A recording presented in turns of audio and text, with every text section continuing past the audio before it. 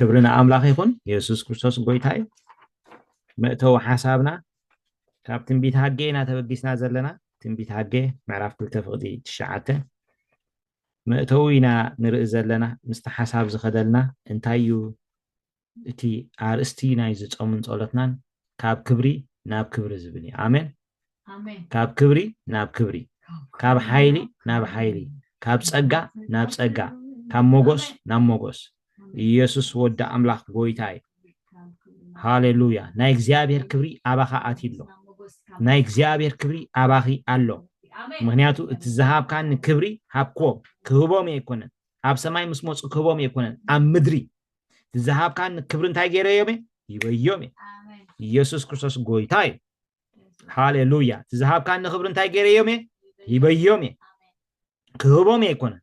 ወይ ከምዝ እንተ ኮይኖም ክህቦም ከምዝ እንተ ገይሮም ክህቦም አይኮነን نزأمن زبلة كله እግዚአብሔር አምላክና በክብሩ አማኑኤል ኮይኑ በክርስቶስ ኢየሱስ ምስ አመንካ አማኑኤል ኮይኑ እግዚአብሔር አባይን አባኻትኩምን በክብሩ አቲ ክብረ አምላክ እጅ አባኻሎ ማኒፌስት ክኸውን ይኻጽሊ ማኒፌስት ክኸውን ካብ ክብሪ ናብ ክብሪ ክትጓዓዝ ምክንያቱ ካብ በረኽት ናብ በረኽት ክትወጽ ካብ ላዕሊ ናብ ላዕሊ ክትድይብ ካብ ሞጎስ ናብ ሞጎስ ክትከይድ እዚ ጸሎትና አሜን ደብሩኻ ተሕዋተይ ኢየሱስ ክርስቶስ ጎይታይ ሃሌሉያ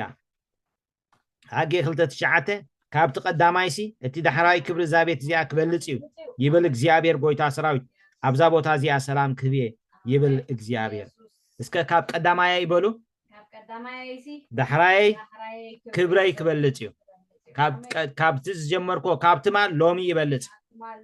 ካብ ሎሚ ጽባሕ ይበልጽ ካብ ጽባሕ ድሕር ጽባሕ ይበልጽ ካብ ክብሪ ናብ ክብሪ ካብ ክብሪ ናብ ክብሪ ካብ ሎሚ ጽባሕ ይበልጽ ጽባሕ ዝበለጸ ክብሪ ኣሎ ዝበለጸ ሞጎስ ኣሎ ዝበለጸ ዓወት ኣሎ ዝበለጸ ጥዕና ኣሎ ኢየሱስ ክርስቶስ ጎይታዩ ኢየሱስ ክርስቶስ ጎይታዩ ወደ አምላክ ብሩኽ ይሕዋተይ ወደ አምላክ ብሩኽ እዩ ኢየሱስ ብሩኽ እዩ ኢየሱስ ብሩኽ እዩ ኢየሱስ ብሩኽ እዩ ኢየሱስ ብሩኽ እዩ ሃሌሉያ ጎይታ ነመስግነካ ኣለና የስ ተመስገን ሃሌሉያ ካብ ቀዳማይሲ ዳሕራዋይ ክብሪ እዛ ቤት እዚኣ እንታይ ክገብር እዩ ክበልጽ እዩ ስለዚ ሙሴ እንታይ ኢሉልና ነርና ሲኖዶስ ወደይ እንድሕር ሃሊኻ ኢየሱስ ክርስቶስ ጎይታይ ዘጸአት 33 18 19 ሼር ግበረለይኻ እግዚአብሔር ይባርካ ኢየሱስ ክርስቶስ ጎይታይ ዋላቶም ካልኦት ውን ቶም ትኽእሉ እንድሕር ነትቃል ሼር ጌርኩሞ ጽቡቕ ግዜ ከዓ ብቐሊሉ ንቅልጥፍ ማለት እግዚአብሔር ይመስገን ዘጸአት 33 18 19 ንሱ ድማ ኢሉ እምባር በጃኻ ክብርኻ አርኤኒ በለ ንሱ ከዓ ኩሉ ለውሃተይ ኣብ ቅድሜኻ ክሕልፍ እየ ስም እግዚአብሔር ድማ ኣብ ቅድሜኻ ክእውጅ ነቲ ክምጉሶ ዝደልየኹ ክምጉሰ ነቲ ክምሕሮ ዝደልየኹ ድማ ክምሕሮ እስከ ሞጎስ ተዋሂብኒ ይበሉ ጀኹ ምሕረት ተዋሂብኒ እዩ እቲ ብምሕረት ሃብታም ዝኾነ አምላኽ ንዓይ ስለ ዘፍቀረኒ ብክርስቶስ ኢየሱስ ፍቅሩ ስለ ዝገለጸለይ ምሕረት ተቀቢለ ኣለኹ ምሕረት ተቀቢለ ኣለኹ እግዚአብሔር ይመስገን ስለዚ ሙሴ እንታይ ኢሉ ክብርኻ አርኤኒ ምስ በሎ እግዚአብሔር ካ እንታይ ኢሉ ኩሉ ለውሃተይ ኣብ ቅድሜኻ ክሕልፍ እየ ስም እግዚአብሔር ድማ ክእውጅ ትማሊ ርኢናይና ብቅድሚ ትማልን ርኢና ነርናያ ናይ እግዚአብሔር ለውሃት ኣብ ህይወትና ከመይ ከም ዝኾነ ርኢና ነርና እግዚአብሔር ሽዑ ኣብ 34 ኮይዱ ክእውጅ ከሎ ክብረይ ከሪኤካ ምስ በሎ እንታይ ሊ ኣውጁ እግዚአብሔር መሓርን ጸጋውን አምላኽ ንኹራ ደንጓይ በዓል ብዙሕ ለውሃትን ሓቅን ክሳዕ ሽሕ ወለዶ ጸጋ ዝሕሉ ዓመፅን ምትሕልላፍን ሓጢአትን ይቕረ ዝብል ግና ከንበዳሊ ከም ንጹስ ዘይሪ ሓጢአት ኣብ ቦታ ዳ ኣብ ደቅን ክሳዕ ሳልሳይን ክሳዕ ራብዓይን ወለዶ ዝቐጽዕ ኢሉ ሙሴ እዚኣም ሰምዐ ቀልጢፉ ኣብ ምድሪ እንታይ ኢሉ ፍግም ኢሉ ሰገደ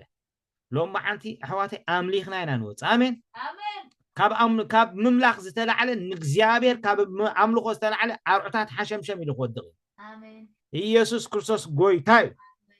ስለዚ እግዚአብሔር እንታይ ኢሉ መሓርን ጸጋውን ምሕረቱን ጸጉኡን ንዘለዓለም ይነብር ለውሃቱ ኣብ ቅድሚ ሙሴ ኣሕሊፉ ስም እግዚአብሔር ድማ ኣውጁ ምክንያቱ እንታይ ኢልዎ ለውሃተይ ኩሉ ለውሃተይ قدميخا كحلفه سم እግዚአብሔር ድማ እንታ ክገብረ ክእውጀ ኢሉ ማለት እዩ እግዚአብሔር ተመስገነ ይሁን ኢየሱስ ክርስቶስ ጎይታይ ስለዚ እግዚአብሔር ስሙ ክእውጅ ከሎ ውልቃዊ ዝኾነ ዝምድና መታን ክህልዎ እዩ እንታይ ውልቃዊ ዝኾነ ዝምድና መታን ክህልዎ እዩ ንኣብነት ንሓደ ሰብ እንተዳ በአካል ረኺብናዮ ምናሴ ይበሃል ሕሩ ይበሃል እንተዳ ተባሂልና ፊት ንፊት እንታይ ንገብር ኣለና ንርአ ኣለና ውልቃው ዝኾነ ምልውዋጥ ንገብር ኣለና that's why you ስምካ ኣፍሊጠዮም ኣለኹ ገና ከፍልጦም እየ ዮሐንስ 17 እንተዳ አንቢብኩሞ ጎይታ ሓደ ካብቲ ንዓና ንኣመንቲ ብፍላይ ነቶም ብቃሉ ዝኣመና ነቶም ቃሉ ተቀቢልና ዝኣመና ሰባት እንታይ ኢልዎም ኣብ 17:26 እታ በኣ ዘፍቀርካ ንፍቅሪ ኣባታቶም ምእንቲ ክትከውን ኣነውን ኣባታቶም ስምካ ኣፍሊጠዮም ኣለኹ ከፍልጦም እውን ናይ እግዚአብሔር ስም ኩሉ መዓልቲ ካ እንዳፈለጥካ ትኸይ ስለምንታይ ናይ እግዚአብሔር ስም ብዝፈለጥካ መጠን ካብ ሪቨሌሽን ናብ ሪቨሌሽን ኢኻ ትሳገር ኢየሱስ ፐርሰናል ዝኾነ ርክብ ይህልወካ ፐርሰናል ናይ ውልቅ ርክብ ይህልወካ በትፍልጠት ፍቃዱ ምእንቲ ክመልኣኩም ክብለና ከሎ ፐርሰናል ዝኾነ ናይ እግዚአብሔር ፍቃድ ኣብ ህይወትካ መታን ክመጽእ ማለት እዩ እዚ ማኒፌስት ክንከውን ጽለት ይባልና ሕዋተይ ፐርሰናሊ ዝኾነ ፍቃድ ናይ እግዚአብሔር ኣብ ህይወትና ብምልኣት መታን ክግለጽ ኣብዚ ምድሪ ክሳዕ ዘለና ብምልኣት መታን ክግለጽ ማለት እዩ ስለዚ ንሙሴ ስም እግዚአብሔር ድማ ቀቅድሜኻ ክእውጀ ኢሉ ሽመይ ክእውጀ ስለዚ ኣብ መጽሓፍ ቅዱስና ማለት እዩ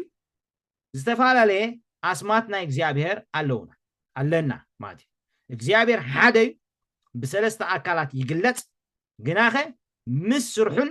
ምስ መንነቱን ዝተተሓዘ 12 ኣሽማት ኣለዎ ኣብ መጽሓፍ ቅዱስና ዲቴይል ኣይንኸዶን ኢና ዲቮሽን ስለዝኾነ ማለት እዩ ብትምህርቲ ዓይነት ስለዘይኮነ ብዲቮሽን ኢና ክንከይድ ብሕፅር ዝበለ ቀዳማይ ናይ እግዚአብሔር ሽም ንረኽቦ ኣበዩ ዘፍጥረት ምዕራፍ 1 ኣምላኽ ዝብል ኣብቲ ናይ ትግርኛና ኣምላኽ ኢሉ ተተርጊሙ ዘሎ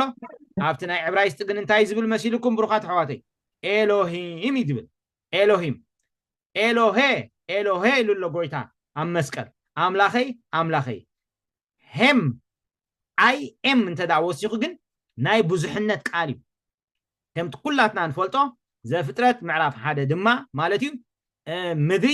ባዶን ጥራያን ዝነበረትላ ጸልማት ኣብ ልዕሊ ማዓሞቕ ይዝንቢ ኣብ ዝነበረሉ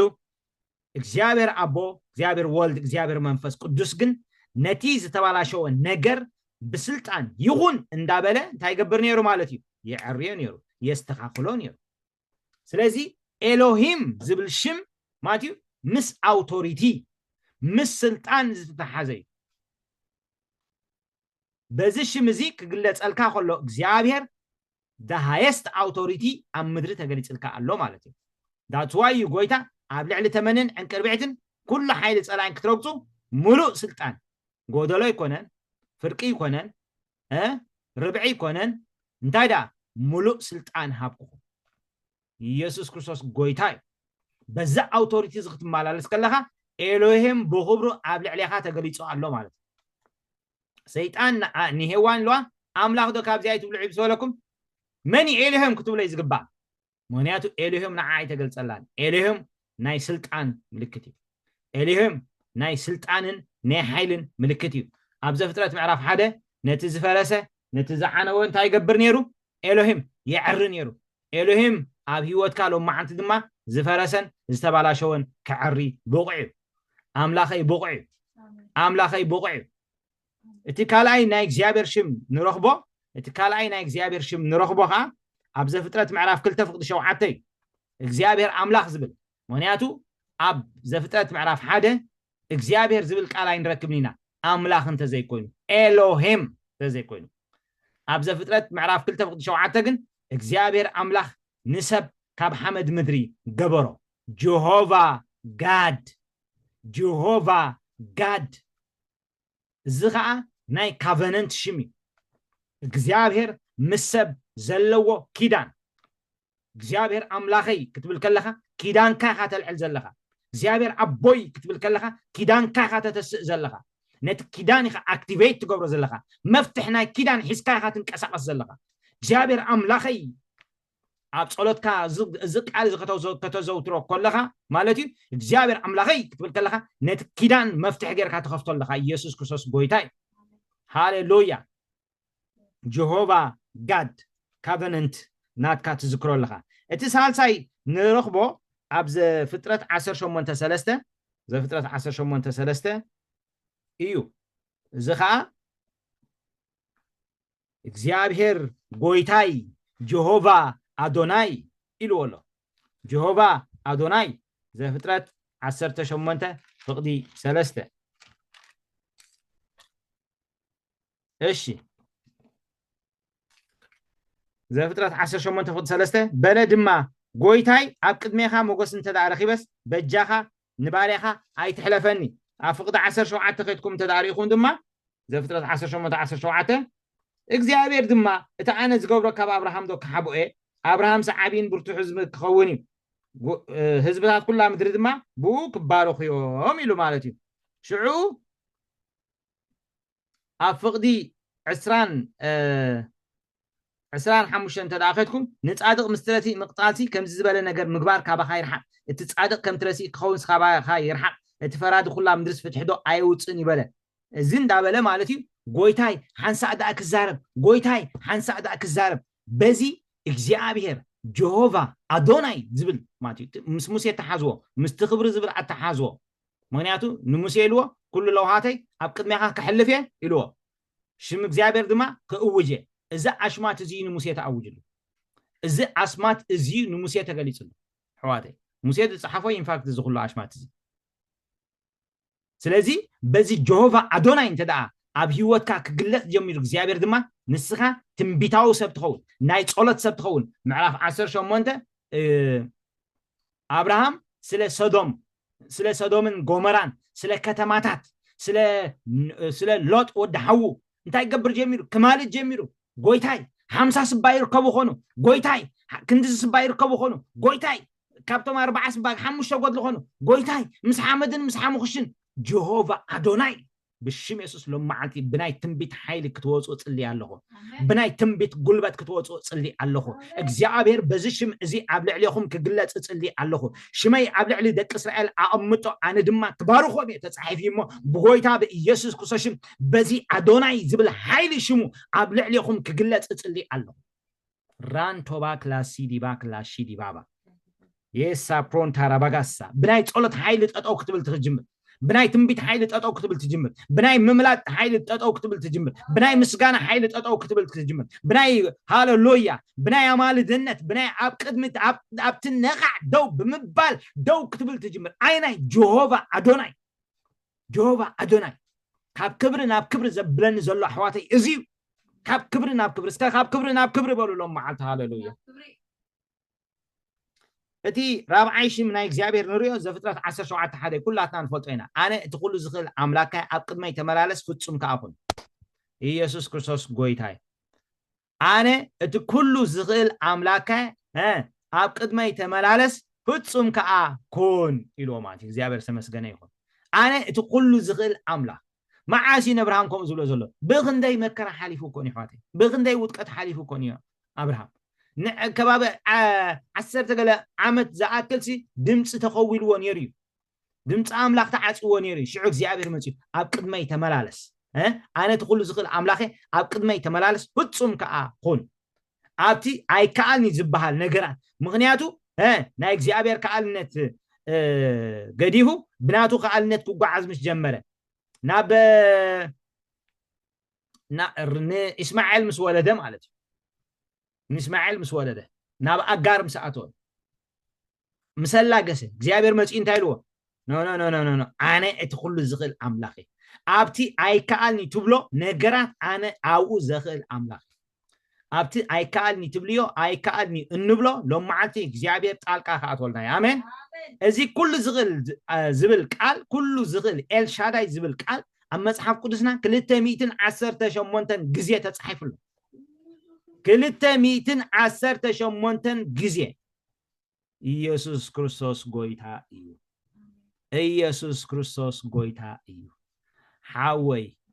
ካብትናተይ ናትኩምን ከአልነት ናይ እግዚአብሔር ከአልነት ይበዝሕ ይበልጽ ይብርትዕ 218 ግዜ ኣብ መጽሓፍ ቅዱስና እግዚአብሔር ኣምላኽ እቲ ኩሉ ዝኽእል ኣምላኽ ዝብል ቃል እንተዳ ሃልዩ ዋው እግዚአብሔር ዘይክእሎ ነገር የለን እግዚአብሔር ለሞን ይኽእል ናይ ኦፐሬሽን ወረቀት ተቀዲዱ ክድርበ እዩ አሜን ናይ ቆጸራታት ሕክምና ተቀዲዱ ክድርበ እዩ ከም ዘይነበረ ክኸውን እዩ ከም ዘይነበረ ክኸውን እዩ ስለምንታይ እቲ ኩሉ ዝኽእል ኣምላኽ ኣብዚ ስፍራ ዝስለ ዘሎ ኤልሻዳይ ኣብዚ ቦታ ዝስለ ዘሎ ሃሌሉያ ድሕሪኡ ንሪኦ ዘፍጥረት ምዕራፍ 22:14 እዩ ዘፍጥረት 22:14 እዚ ከዓ ኩላትና ንፈልጦ ኢና እቲ ታሪክ አብርሃም ነቲ ሓደ ትፈትዎ ወድኻ ወሲድካ ኣብ ከረን ሞርያ ሰዋዓለይ ምስ በሎ እግዚአብሔር ንኢሳቅ ወዱ ዕንጨይትን ሓውን ኣሰኪሙ እንዳኸደ ከሎ ኣቦየ ኢልዎ ማለት እዩ ኣብ 22:18 ኣቦየ ኢልዎ ሓውን ዕንጨይትን ሲ እንሆ እቲ ንመስዋዕቲ ዝኸውን በጊዕ ደኣ ኣበያሎ እግዚአብሔር ንርእሱ እንታይ ይገብር እዩ ይሓልዩ እቲ ንመስዋዕቲ ዝኸውን በጊዕ እግዚአብሔር እንታይ ይገብር እዩ ይሓልዩ ስለዚ ኣብ 14 ፍቅዲ 14 ሽዑ እንታይ ኢሉ እግዚአብሔር ከዓ ስምታ ቦታት እያ እግዚአብሔር ይርኢ ኢሉ ኣውፃላ ኣብቲ ናይ ዕብራይስጥ ሽም ናይ እግዚአብሔር እዚኣ እንታይ ትብል ጀሆቫ ጅሬ ጀሆቫ ማለት እዩ ጅሬ ጀሆቫ ይርኢ ይርኢ ይረአየልካ ንስኻ ከይትመውት ይሞተልካ ንስኻ ከይትሻቀል ኣብ ክንዳኻ ሰላም ይኸውነልካ ዝተባላሸወ ኣብ ክንዳኻ ኮይኑ ይረአየልካ ሓወይ ሓፍተይ እግዚአብሔር ተኸገብሪ ክረአየለ እዩ ኣታ እግዚአብሔር ክረአየለ ይበሉ ሕጂ ኢየሱስ ኣብኣ ናብ ሰማይ ኣተወ ኣብ ቅድሚ ኣቦ እንታይ ይገብረልና ኣሎ ይረአየልና ኣሎ ኢየሱስ ይረአየልካ ኣሎ ጀሆቫ ጅሬ ኮይኑ ሓወይ ኢሳቅ እኮ ክመውት ይተዳልዩ ኢሳቅ እኮ ክሕረድ ይተዳልዩ ነይሩ በታ ሰዓት እቲኣ እኮ አብርሃም እግዚአብሔር ካብ ሰማይ እንተዘይፅውዖ ነይሩ ምሰውኦ ነይሩ ሰዊዎ ወይ ድማ ብምሳሌ ረኺቦ ዝብለና ናይ እግዚአብሔር ቃል እምበር ሰዊዎ እዩ ኣብ ርእሱ ኣብ ልቡ ወዲዎ ይከይዱ ኢየሱስ ክርስቶስ ጎይታ እዩ ግናኸ እግዚአብሔር ተራእየሉ ንኢሳቅ እግዚአብሔር ተራእየሉ ንዓይን ንዓኻትኩምን ድማ ወዲ ኣምላኽ ክረአየልና ስለዚ እቲ ሓምሻይ ሽም ናይ እግዚአብሔር ጀሆቫ ጅሬህ ጀሆቫ ይርኤ እግዚአብሔር ይርኢ ሃሌሉያ ኣብ ቅድሚ ጸላእትኻ ማኣዲ ይሰርዓልካ መዝሙር 23:5 ኣብ ቅድሚ ጸላእተይ ንስኻ ኣብ ቅድሚ ጸላእተይ ማኣደይ ትሰርዓለይ ይረአየልካ እስኻ ማኣዲ እንዳበላዕካ ጸላእትኻ ግን እንታይ ገብሩ ብማዕዶ ይርእዩኻ ንኣምላኽ ይርእይዎሞ ይፈርሑ ንዓኻ ክርእዩኻ ኣይክእሉን እዮም ተሰዊርካ ኢኻ ዘለኻ ተኸቢብካ ኢኻ ዘለኻ ኣሜን ደብሩኻ ተሕዋተይ ተኸቢብካ ኢኻ ዘለኻ ተኸቢብካ ኢኻ ተኸቢበ እየ ዘለኹ ተኸቢብና ኢና ዘለና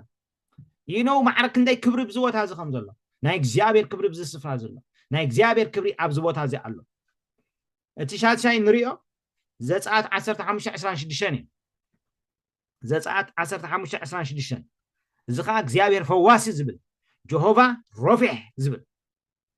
ጀሆቫ እንታይ ሮፊሕ ዝብል ቴንክ ዩ ዝወደይ ጎይታ ባርካ ኦኬ በለ ድማ ድምፂ እግዚአብሔር ኣምላካ ተጠንቂካ እንተሰማዕካ እቲ ኣብ ዓይኑ ቁኑዕ ዝኾነ ከዓ እንተ ገበርካ እንትእዛዛቱ እንተበልካ ኩሉ ሕጋጋቱ ድማ እንተሓለኻ ኣነ እግዚአብሔር ፈዋሲኻ እሞ እቲ ናብ ግብፃውያን ሰደድኩ ሕማም ኣይሰደልካኒ ኣነ እግዚአብሔር ኣምላካ እንታይ እየ ፈዋሲኻ እየ ጀሆቫ ሮፊሕ እግዚአብሔር ፈዋሲ እዚ ከዓ ማለት እዩ እግዚአብሔር በዚ ፈውሲ ዝግለፀልካ ከሎ እንጌራኻን ማይካን ይፍውሶ እንጌራኻን ማይካን ይፍውሶ መንሻይ ሰቲ 3 መዓልቲ ዝገብር መንሻይ ሰቲ 21 መዓልቲ ዝገብር ይነው ናይ እግዚአብሔር ፈውሲ ኣብ ውሽጥኻ እንዳዓየ ናይ እግዚአብሔር ፈውሲ ኣብ ውሽጥኻ እንዳሰርሐ ናይ እግዚአብሔር ፈውሲ ሓወይ እንጌራኻን ማይካን ይባርኸልካ ነቲ ሻይስ እንጀራ ይገብሮ ኣሜን ነቲ ማይ እንጀራ ይገብሮ የፅግበካ ጥሜት ትርስዖ ሓንቲ ምሳሕ ክሰግር ዘይትኽእል ዝነበርካ ሰብ ሕጂ ግን ብናይ እግዚአብሔር ፀጋን ሓይልን ሃሌሉያ ኣብ ቅድሜኻ ማኣዲ እንዳተሰሪዑ እንዳሃለዎ ከሎ ንዑቅ ትገብሮ ትንዕቆ ቢያት ሙሉእ ተቐሪቡ ከሎ ቢያት ሙሉእ ዘየፅግበካ ዝነበረ ሕጂ ግን ትንዕቆ ዋይ ፈዋሲ ዝኾነ ኣምላኽ ስለ ዘሎ ምሳኻ እንጌራኻን ማይካን ዝባርኽ ዘጸአት 23:25 ንእግዚአብሔር ኣምላክካ ኣገልግል ሃሌሉያ ንእግዚአብሔር ኣምላክካ እንታይ ግበሮ ኣገልግሉ ንሱ ድማ እንጌራኻን ማይካን ክባርኸልካ እዩ عدميخا كمولئ عم مدري خاد ما التواجر سبيت انت خاد قبل أي كتلوني حمام كم مأكل كاخر عم مأكل التواجر مخانة زبلة عيشرحني أبقى مخانة زبلة عيشرحني مخانة زبلة عيشرحني مخانة زبلة لو ما عالت بشم يسوس يوقع له أما هتسأن كوين زعي مخانة لو ما عالت بشم يسوس يوقع له حتى ما هتسأن سمعك تولد يخا قلعك تحاق فيخي قلعك تحاق فيخي قلعك تحاق فيخا قلعك تحاق فيخي قلعك تحاق فيخا يسوس كريستوس قويتاي اتي شاب عايش من اكزيابير تاكزي تقوينا الله شاب عايش من اكزيابير زصات 10 7 10 5 زصات 10 7 10 5 እዚኣ ኸ እንታይ ትብል እግዚአብሔር ሰንደቅ ዕላማ እዩ ሙሴ ኸ መሰውእ ሰርሐ ስሙ ድማ እግዚአብሔር ሰንደቅ ዕላማ እዩ ኢሉ ጸውዖ እንታይ ኢልዎ እግዚአብሔር ሰንደቅ ዕላማ እዩ ጀሆቫ ነሲሕ ኣብ ክንዳኻ ዝዋጋ ርኢኻ ኣማሌቅ ኣብ ዝቦታ እዚ ነቶም ድኹማት ብድሕሪት ጸኒሑ እንታይ ገይርዎ ወቂዕዎም እዩ ዝብለና ናይ እግዚአብሔር ስለዚ ሙሴ እንታይ ኢልዎ ኢያሱ ሰባት ሕረየልና مسامالك دما تواقع له سلازي عبتكرن مسكده حوي عبتكرن مسكده موسى أداو مسرب ربع إياسو انتا يقبر نيرو إيداو لعلي حافك بلن كله إياسو يسعرنا بلا أداو خورد كله عماليق يسعرنا بلا أما راس سلازي بلوم آرونن هورن بيمانة أقامو خوينهم أداو موسى انتا يقبر له أداو موسى أصنعوان لوم بشيم يسوس أقل قلوت كايسنا አገልግሎት ካይጽናዕ አገልግሎት ካይጽናዕ አገልግሎት ካይጽናዕ አገልግሎት ካይጽናዕ ቢየማነ ጸጋም ሃሌሉያ ዝድግፉኻ ሰብራኢ ጀጋኑ ኒ አምላኽ ሰባት ይሃብካ እግዚአብሔር يهابك እግዚአብሔር ናይ ብዙሓት አገልግሎት ክሕደስ እዩ ናይ ብዙሓት አገልግሎት ክሕደስ እዩ ናይ ብዙሓት አገልግሎት ክሕደስ እዩ ናይ ብዙሓት አገልግሎት ክሕደስ እዩ ገሌኻትኩም መድረኽ ዝገደፍኩሞ ናብ መድረኽ ክትመለሱ ይኹም ገሌኻትኩም ወንጌል ዝገደፍኩሞ ናብ ወንጌል ክትመለሱ ይኹም ገሌኻትኩም ጸሎት ዝገደፍኩሞ ናብ ጸሎት ክትመለሱ ይኹም ስለምንታይ እግዚአብሔር ጆባ ነሲሕ እግዚአብሔር ሰንደቅ ዕላማኻ ኮይኑ ነቲ ዘትከመካ አማሌቅ እንታይ ስለዝገበሮ ስለዝወቅዖ ሓወይ ሓፍተይ ካብ ክብሪ ናብ ክብሪ እስከበሎም መዓልቲ ብሽም ኢየሱስ هاليلويا እግዚአብሔር سيف حابنካ ይኸውን እግዚአብሔር ንውግግኻ ይዋጋ አበረኽት ጸላእት ኸይር ግጸካ ሃሌሉያ ዘዳግም 33:29 ኣለኩም ንሱ سيف حابنካ ዋልተ ሓገዝካ አበረኽት ጸላእትኻ ድማ እንታይ ይገብረካ የርግጸካ ይብል በረኽት ጸላእትኻ ትረግጽ በረኽት ጸላእት ይረግጽ ሃሌሉያ ሃሌሉያ ሃሌሉያ ካብ በረኽቶም ተልቅቆም በረኽትኻ ዝሓዘ ተልቅቆ በረኽተይ ዝሓዘ ተልቅቆ يس منفس قدس تمسجن እግዚአብሔር ተመስገን እግዚአብሔር ተመስገን እግዚአብሔር ተመስገን ካብ ክብሪ ናብ ክብሪ ካብ ክብሪ ናብ ክብሪ ካብ ክብሪ ናብ ክብሪ በሐቂ ሃሌሉያ ሃሌሉያ እቲ ሻምናይ ሽምናይ እግዚአብሔር ኣብ መጽሓፍ ቅዱስና ንረኽቦኻ ኣብ ዘሌዋውያን 17:8 ኩሉ እዚ ሽማት እዚ እንድሕር ምስ ሓድሽ ኪዳን ተሓዝና ኩሉ ምስ ሓድሽ ኪዳን ትሕዙ ይዋት ኩሉ ኣብ ህይወትና ኣሎ እግዚአብሔር ኣብ ህይወትና ብዝተፈላለየ መንገዲ ነዚ ኩሉ ተገሊጽልና ኣሎ نوجئنا زواجع هاللويا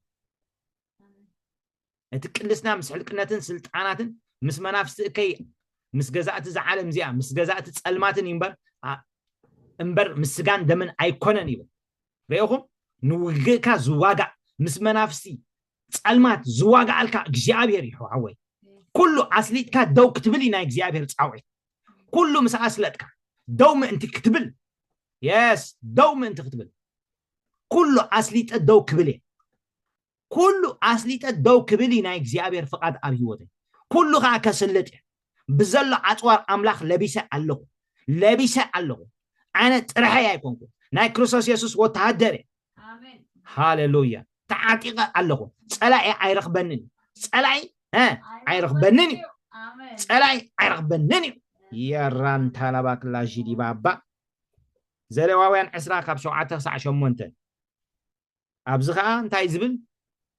أنا እግዚአብሔር أملاكم إيه سلازي نسخاتكم تقدسوا قدسات دماغنا حقاقات يحلو قبروون زقدسكم أنا እግዚአብሔር زفليكم أنا እግዚአብሔር فلينا عندي حوي حفتي نا እግዚአብሔር كوني خا حدا وان بقى قدمينا قال نجر نحرت أمرات جيروم ني أملاخ سب نسخاخا ني أملاخ سبيخا ني أملاخ سب مالتكو بقى زقدانا زي جاكيت ناي مناسي أقحى أملاخ ناي أملاخ أقحى ني أملاخ حيخي نستفلي سب زوها بايكونن نقول سب نأماني زبلة بكرسوس إيسوس نزأمن زبلة كله نسخاني أملاخ سبيخة نسخني أملاخ سبيخة هاللويا إيسوس كرسوس قويتاي زقدسكا زفريكا ناتو زقبركا محتومو زقمتلكا ولد أملاخ كتكون حاتيات زخونة نسخات صدق أملاخ من تكون حدش بترات متان كنكون هاللويا أب كندانا زدخي كبرو قديفو خبرو زهابنا نتي مع أملاخ مخانو كم منزع كيرأي حواتي نعين نعهاتكم الناب كبر نخأتو يسوس ود أملاخ أم مسكال وعلو بتناتو دخنت نحنا هابتي منا هاللويا بتناتو سمبرات نحنا حاوينا يسوس كريستوس قويتاي هابتامي دخاي كون كان سلازي زقدسكم أنا እግዚአብሔር أملاكم هاللويا يوحنس 17 خاب فقد شعت انت عم مجمريا يوحنس 15 فقد 3 مقبر اللي زودي يوحنس 15 فقد 3 سالا اتز نغركم قال درو نصحاتكم دحري يوحنس 17 9 سالا اتز نغركم قال تايكم درو نصحاتكم ابر يبلكان نصويخا كاب قالو استلعله انا من انتم لمن علخو نات كان برو هاللويا ناتكا يوم من تزوم ذهب كان نمر من تعلم سعيد منني شعو 10 شوعته خب 10 شوعته خب 10 شوعته قبرني هاليلويا ناتكا يوم زيوم تايلو ناتكا يوم ريها أنا نسخاتكم من نايمنينا ناي إخزيابيرينا شو عن تايلو بتحقق قدسهم قالك حكيو تمتن عينا بعالم زلاكان كمون أنا بعالم لاكو 10 شوعته نساتهم بحق من أنت قدسوا أنا رأسي سليم قدس الله you are holy hallelujah holy you are holy حوي حفتي you are holy قدسان تنزين خون ما እግዚአብሔር ጸሎትና يسمعون نيرو قدسان تزين خون ما أجانن تمتفونا نيرو قدسنا እግዚአብሔር ناتو غيرنا እግዚአብሔር لك كم زي مكينا تارغا زلوا أدريهم عليهم እግዚአብሔር دما ناي منفسو تارغا أقدميتلناي مفلتا علكا سم እግዚአብሔር ጽውዕ ዘበለ كله كدعني سم እግዚአብሔር ጽውዕ ዘበለ ካብ ዓመፃ ይርሓ ዓመፃ ኣይትገብርኒ ዓመፃ ኣባኻ ኣይስልጥኒ ዓመፃ ኣባኻ ኣይስልጥኒ ስም እግዚአብሔር መፈለጥታኻ ንጢሞቴዎስ ከም ኢሉ ኣሎ ኣብ ሓደ ቤት ክቡራ ሓሎ ሕስራ ሓሎ ኢሉ ኣቕሓ መሬት ኣሎ ኣቕሓ ወርቂ ኣሎ ኢሉ ኢየሱስ ክርስቶስ ጎይታ እዩ እቲ ኣቕሓ ክብሪ ንርእሱ ዝተቀደሰ ኢሉ ስለዚ ስም እግዚአብሔር ጽውዕ ዘበለ كله ካብ ዓመፃ ይርሕቕ ኣታ ስም እግዚአብሔር ትጽውዕ ህዝቢ ካብ ዓመፃ ሞራሓ يس ዓመፃ ባኻ ይሰርሕኒ ዓመፃ ባኻ ይሰርሕኒ አሜን ዝቅድሰኩም ኣነ እግዚአብሔር ኣምላኩም ጀሆቫ ሚቃዴሽ ድሕሪኡ ኤርምያስ 23:6 ኤርምያስ 23:6 እግዚአብሔር ጽድቅና እዩ ጀሆቫ ጽድቄኑ ኢሉ ወለፍትናይ ዕብራይስጥ ኸ ማለት እዩ ጀሆቫ እንታይ ጽድቄኑ يس بزبانو يهودا خدحن إسرائيل أسترحي خنبريو زسميلو سمكا እግዚአብሔር ጽድቅና እዩ ክኸውን እግዚአብሔር ኮኒ ጽድቅና حواتي عاش مات እግዚአብሔር رأيو نموسى استقلصلو شم رأيو أب زداغم اندحر أخيتكم أنبيكمو بقى نتا مدر بصدق خايكون كانت أتوا زلخا እግዚአብሔር نبوتاتكا سلازفوتو نعاها بقى سلازفقرتكا نتقيدانا بوتاتكا بمزكاري امبر نسخا بزغبركاي غبر صدق ايكونن نو زي قعدكاي علتات مس ورسكا جرادين كله انتاي مس غبركا جرادين بقى مس ملعالكا ازس بحيله زغبركو بصدق يب زدبصحكو كيتبل نو نسخا ارماويخا يلو ابزلاغم تدامبيكم نسخا ارماوي خيرو كيتكا نتاغرات مصعصتكا حنت انداتي تقداميت انداتي اسكا نتكاين اسكا خيتكا انا عبدسي باريا نيري سلت እግዚአብሔር ናብዛም ድርዚያ ከም ዘእተወኒ እዛ እንዳት እዚ አንታያ ምልክት ያ ታንዳት ያ አነ ንስኻትኩም እኒና حواتي አነ ንስኻትኩም እኒና ታንዳት ያ ኢየሱስ ከም በኽሪ እንዳቲ ኣብ ቅድመ ኣቦ ቀሪቡ ንሕና ድማ ናይ ክርስቶስ ዘበልና ከም በኽሪ መስዋዕቲ ኣብ ቅድመ እግዚአብሔር ቀሪብና ኢና ሃሌሉያ እግዚአብሔር ጽድቅና ይብሩኻት حواتي ኢሳይያስ 61:10 ልብስ ምድሓን አልቢስኒ ብመርግፍ ጽድቅኻ ኣጎልቢብኒ ይብል إسياس 61:10 لبس مدحن ألبسني بمرقف صدقك عقل ببني كمتي مرعوي أبرسو أخليل زدافئ أخليل دافئ لي أخليل كبري أخليل تسقع أخليل موغوس that's why كاب كبر ناب كبري سم እግዚአብሔር بخمسة عينت مجد أباخ أنت دعمتيو كاب كبر ناب كبري كاب كبر ناب كبر والجهم إسياس 54 فقط 10 شمونته اتنفردن تساكل السان كله انت قد قبري يا أخي كترت عي يا أخي زير استبارت እግዚአብሔር صدقهم دما كابايو صدقها كاباخا أيكونن صدقي كاب እግዚአብሔር صدقنا كاب እግዚአብሔር أتي حاتيات زي فلت ودو أبكندانا حاتيات قبرو واي نحنا صدق أملاخ ما انت كنكون هاليلويا هاليلويا هاليلويا يس كاب كبر بحقي قال قرنطوس 5:11 لنا صدق أملاخ كم زخنا مالتي أوكي 10 من እግዚአብሔር أمسافنت 6:14 نرخبو 10 من እግዚአብሔር أمسافنت 6:14 نرخبو إذا جهوبا شالوم እግዚአብሔር سلام هاليلويا سلام كا خويني يقلص عرفتها خويني يقلص كاب قداماي تدحرواي كبر زابي زيا كبلص يبل እግዚአብሔር ጎይታ ሰራዊት አብዛ ቦታ زيا ድማ سلام كبه هاليلويا نتمسوي مسرحه غيدون انتايلو እግዚአብሔር سلام جهوبا شالوم بوشتم بدغن شالوم بالعلم بتحتن شالوم هاليلويا أمتاوكا شالوم أموتاكا شالوم بموتاكا باهيبلكا بمتاوكا باهيبلكا يسوع كريستوس غويتاي رومي 5:1 نحنا بكريستوس يسوع مس أملاخ سلام علينا حواتي إفيسون 2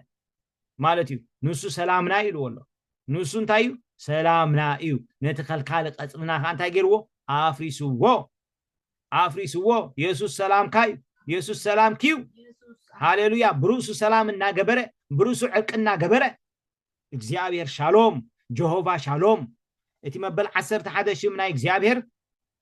جهوفا روحي مزمور 23:1 كلاتنا نفلطينا زيا هاليلويا اسكبلوا እግዚአብሔር ጓሳዬዩ ዝጎድለኒ የብለይ አበይኹም ይልዎ ዳዊት አበይ እግዚአብሔር ጓሳዬ ይልዎ አፍቲ አንበሳን ድብን ዝጓዝሙሉ ዝነበረ ስፍራይ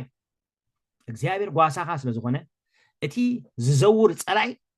ከም ዝውሕጥ አንበሳ አይረኽበካን አሜን አይረኽበክን አሜን ዋይ እግዚአብሔር ጓሳዬ ስለዝኾነ